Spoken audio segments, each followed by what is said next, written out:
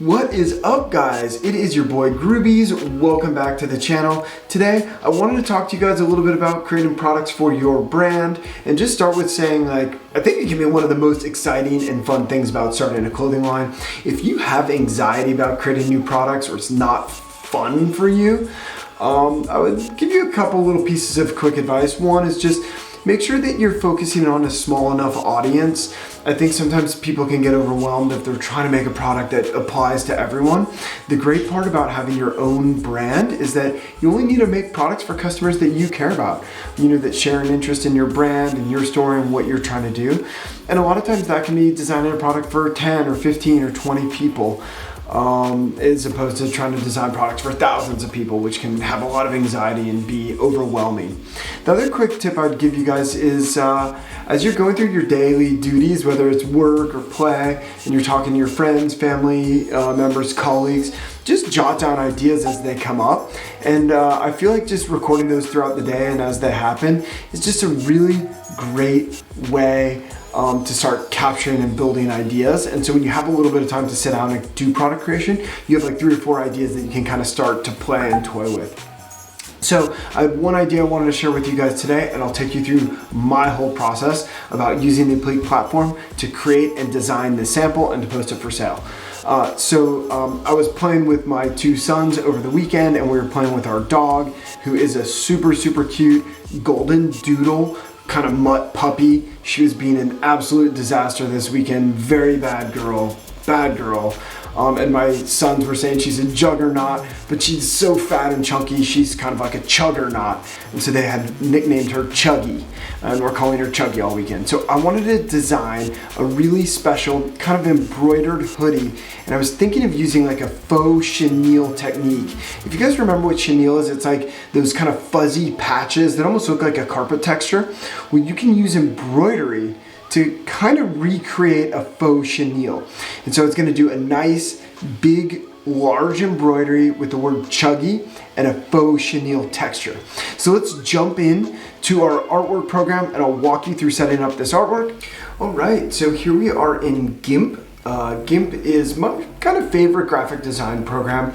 It's essentially a free version of Photoshop. So you can go ahead and download it for free from gimp.org. I'll throw you guys a link in the description below.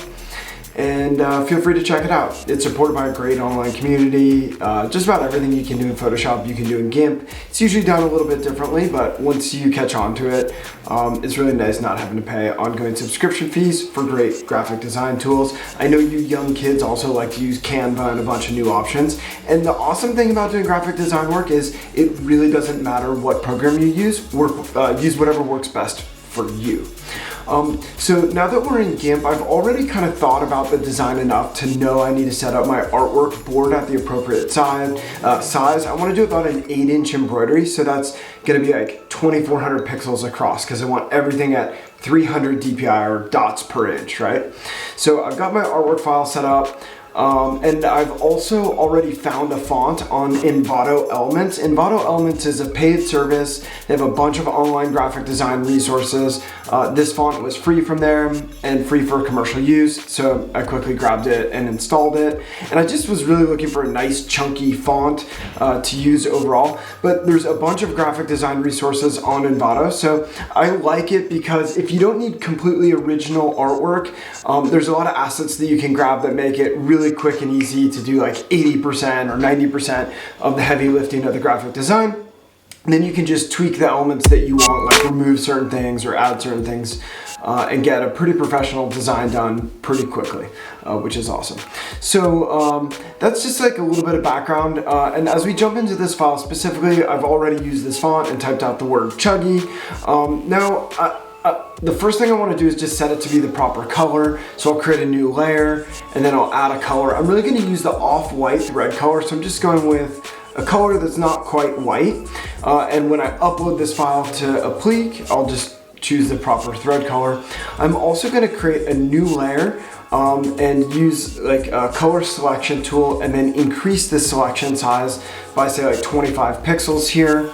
And then I'm gonna fill that entire shape with a new color and set it to be a background layer. And now it looks like I've added a nice clean stroke around the artwork. And this is already set up to be a transparency. So I'll just export it as a PNG, and there you go, we have it. We've set up our basic artwork file, really quick, really fast to do. Let's go over to the Applique website now, and I'll show you how I set up this design on Applique and request a specific stitch type like Faux Chenille.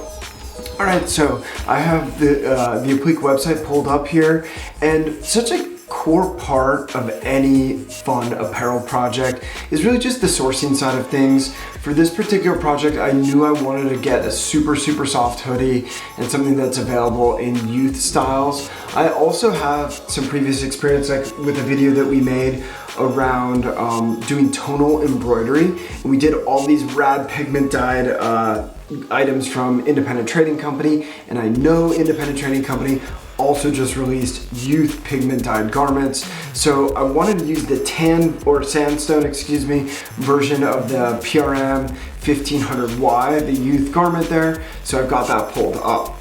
Now, just as a quick reminder, one of the key things we work on a lot on Applique is around sourcing. So we offer about like 600-700 different products right now, all apparel products. If you see apparel styles that are available as blank and through wholesale, and there's good distribution on those products, chances are we can add those style codes to the Applique platform for you and for your brand to enable like on-demand printing and embroidery and labeling and relabeling for them.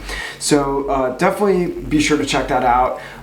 Make sure to keep your eyes open for different like blank wholesale apparel that you like and that you want to use, and just kind of keep that in mind for future projects to work on.